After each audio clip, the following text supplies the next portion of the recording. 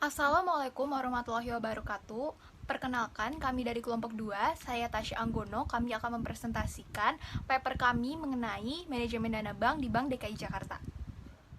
Kemudian kita akan masuk ke pokok pembahasan yang pertama, yaitu indikator keuangan Bank DKI, di mana di sini sudah tertera laporan keuangan Bank DKI. Kemudian yang akan ditekankan di sini pada indikator keuangan Bank DKI Jakarta, yaitu bisa kita lihat dari laporan posisi keuangan Bank DKI Jakarta. Di sini terdiri dari aset, liabilitas, dan modal. Total aset pada tahun 2018 itu mengalami kenaikan dari 50 triliun di 2018 ke 53 triliun di 2019. Analisis trennya pun mengalami kenaikan dari 2018 itu 100%, kemudian di 2019 itu menjadi 106%. Liabilitasnya, total liabilitasnya di sini mengalami penurunan di tahun 2019 dari 44 triliun ke 41 triliun. Kemudian di analisis trennya juga dari 100% menjadi 92% di tahun 2019. Kemudian di sini total ekuitasnya itu mengalami kenaikan dari 8 triliun di 2018, kemudian 9 triliun di 2019. Analisis trennya juga mengalami kenaikan dari 100 ke 105%. Total liabilitas dan ekuitasnya pun mengalami penurunan dari tahun 2018 itu 53 triliun ke tahun berikutnya di tahun 2019 itu sebesar 50 triliun.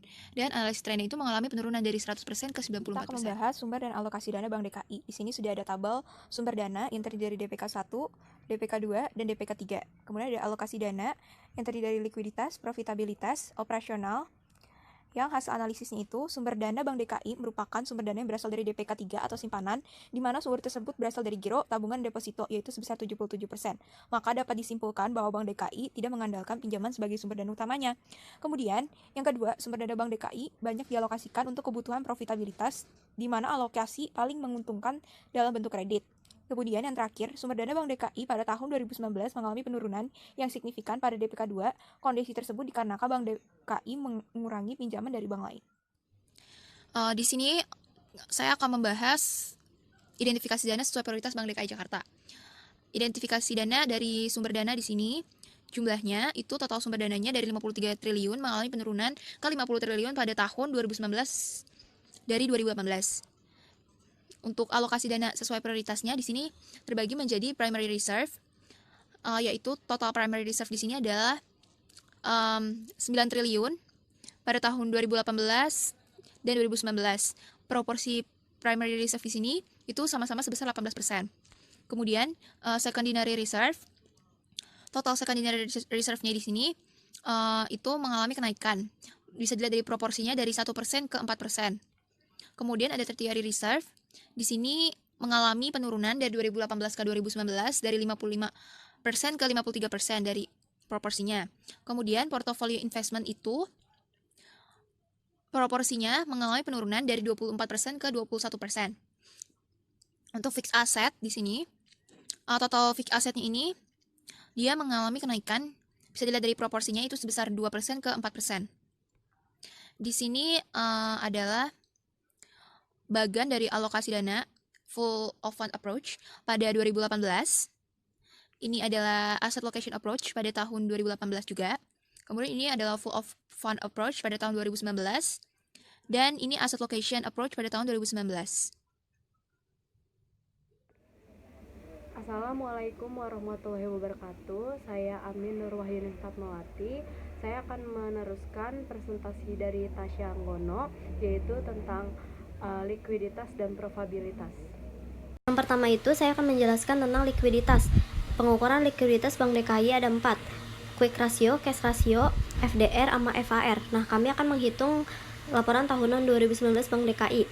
Nah, QR ini rumusnya itu alat liquid dibagi dengan DPK ketiga dikali 100%. Alat liquid ini bisa diambil dari kas penempatan pada Bank Indonesia, penempatan pada bank lain, tagihan spot dan derivatif, surat berharga jangka pendek. Ini diambil dari secondary reserve. Nah, jumlahnya itu 11 triliun dibagi dengan 38 triliun, yaitu DPK ketiganya dikali 100%, 30,09%. Jadi, quick ratio Bank DKI ini 0,3009 kali. Jadi artinya Bank DKI ini tidak dapat membayar kewajibannya itu secara lancar dalam waktu yang singkat. Harus bertahap. Nah, perusahaan dengan rasio yang cepat yang kurang dari 1 kali menandakan perusahaan yang bersangkutan tidak dapat membayar kewajiban lancarnya dalam waktu yang singkat. B. Cash ratio atau CR. Rumusnya itu alat liquid yang seperti yang tadi jumlahnya kan 11 triliun. Nah, kita kurangi dengan penempatan pada Bank Indonesia ditambah penempatan pada bank lain, terus ditambah lagi surat berjangka pendek. Nah, jadinya dibagi DPK ketiga yaitu 2,62%. Nah, di sini cash rasio Bank DKI 0,0262 kali. Jadi, artinya Bank DKI ini harus menganalisa lebih mendalam tentang pola penarikan nasabah agar ketika nasabah ingin menarik dananya selalu tersedia. Bank DKI juga menghimbau kepada nasabah untuk mengkonfirmasi jika ingin menarik uangnya dalam jumlah yang besar. Financing to deposit ratio atau FDR. Nah, rumusnya jumlah pembiayaan yang diberikan atau kredit dibagi dengan DPK ketiga dikali 100%. Di sini kredit pada tahun 2019 itu jumlahnya 26 triliun. Nah, DPK-nya itu kan 38 triliun. Terus kita hasilnya itu 2019 68,57%. Nah, FDR 2018-nya Bank DKI 78,57%. Berarti di sini dia mengalami penurunan 9,40% dibanding dengan tahun pembiayaan sebelumnya. Financing to asset ratio atau FAR. Di sini rumusnya jumlah pembiayaan yang diberikan atau kredit dibagi jumlah aset dikali 100%. Pada tahun 2019 kreditnya kan 26 triliun. Nah, jumlah asetnya itu 50 triliun. Jadi jumlahnya itu 52,85%. Di sini dia memerlukan 52,85 dari total asetnya untuk memberikan pembiayaan kepada pihak ketiga. Dengan demikian, jika kita lihat dari segi FAR, likuiditas Bank DKI 2019 cukup bagus karena tidak membutuhkan aset yang besar untuk membiayai pembiayaan yang diberikan. Yang kedua, saya menjelaskan profitabilitas atau rentabilitas. Nah, ada 5. Yang pertama itu return on asset atau ROA. ROA ini rumusnya laba bersih dibagi total aset dikali 100%. Nah, laba bersih ini dia dapat dari laporan keuangan laba rugi komprehensif si Bank DKI. Nah, ROA 2018 ini 1,05%. Nah, 2019-nya 1,16%, yaitu ini mengalami kenaikan. Jadi menunjukkan bahwa penggunaan aset oleh Bank DKI sudah produktif dan semakin besar tingkat keuntungan yang diperoleh oleh bank serta semakin baik pula posisi bank dari segi penggunaan aset. Return on equity atau ROE. Di sini rumusnya laba bersih dibagi modal sendiri. Nah, modal sendiri ini kita bisa dapat dari modal di store ditambah dengan tambahan modal di store. Nah, 2018 ini ROE-nya 12,68%, 2019 13,18%. Jadi ini Bank DKI mengalami kenaikan. Jadi seperti yang kita tahu bahwa semakin besar ROE maka semakin besar pula kenaikan laba bersih bank yang bersangkutan. Selanjutnya akan menaikkan harga saham si Bank DKI dan semakin besar pula dividen yang diterima oleh si investor. Rasio biaya terhadap beban operasional atau BOPO.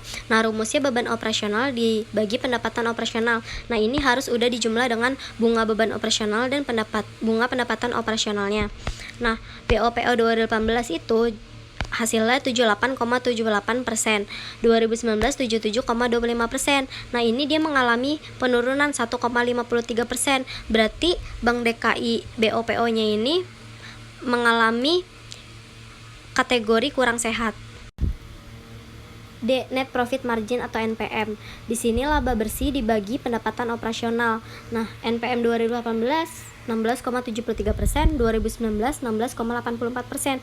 Di sini Bank DKI mengalami kenaikan 0,11%. Jadi Bank DKI mengalami laba pendapatan yang baik. Net Operating Margin atau NOM. Di sini rumusnya beban operasional dikurang pendapatan operasional dibagi rata-rata aktiva produktif dikali 100%. 2018 1,91%, 2019 2,67%. Bank DKI ini dia mengalami kenaikan 1,91%. Jadi semakin besar rasio Bank DKI ini, pendapatan atas aktiva produktif yang dikelola bank semakin meningkat sehingga kemungkinan suatu bank dalam kondisi yang bermasalah yang mengarah kepada kesulitan keuangan akan semakin kecil. Assalamualaikum warahmatullahi wabarakatuh. Saya Yola Wahyuni. Di sini saya akan menjelaskan materi poin kelima dan poin keenam, di mana poin kelima yaitu permodalan dan poin keenam yaitu penilaian tingkat kesehatan bank. Sebelumnya saya akan menjelaskan mengenai permodalan itu sendiri. di mana modal merupakan salah satu variabel yang dapat digunakan sebagai dasar pengukuran kinerja bank. Modal merupakan salah satu faktor yang penting bagi bank dalam mengembangkan usahanya dan menampung resiko kerugian. Terdapat dua rasio keuangan yang dapat digunakan untuk menilai aspek permodalan, yaitu CAR, Capital Adequacy Ratio, dan aktiva tetap terhadap modal. Rasio yang sering digunakan adalah CAR atau rasio modal terhadap ATMR, aktiva tertimbang menurut risiko, yang didapatkan dengan membandingkan antara modal dengan ATMR. Semakin besar nilai CAR, maka semakin sehat bank tersebut, karena akan semakin besar daya tahan bank dalam menghadapi penyusutan nilai harta bank yang timbul karena adanya harta bermasalah. Sesuai dengan peraturan bank, nilai batas minimum CAR yang baik adalah 8%. Jika nilai CAR suatu perusahaan berada di bawah 8%, maka perusahaan tersebut tidaklah sehat. Modal yang memadai dapat meningkatkan kepercayaan masyarakat karena mengindikasikan bahwa bank dapat menampung kemungkinan risiko kerugian yang akan dialami oleh bank akibat kegiatan operasional bank. Dengan begitu, kecukupan modal akan berdampak pada meningkatnya keuntungan atau profitabilitas yang diperoleh bank melalui bunga pinjaman kredit. Seperti yang telah ditampilkan pada layar kaca, di mana terdapat tabel manajemen modal Bank DKI yang komponen modalnya terdiri dari modal inti, faktor penambah modal inti, kepentingan non-pengendali yang dapat diperhitungkan. Di mana pada 2018 jumlah modal inti sebesar 10.633 miliar 637 juta dan pada tahun 2019 mengalami kenaikan yaitu sebesar 10.656 miliar 173 juta.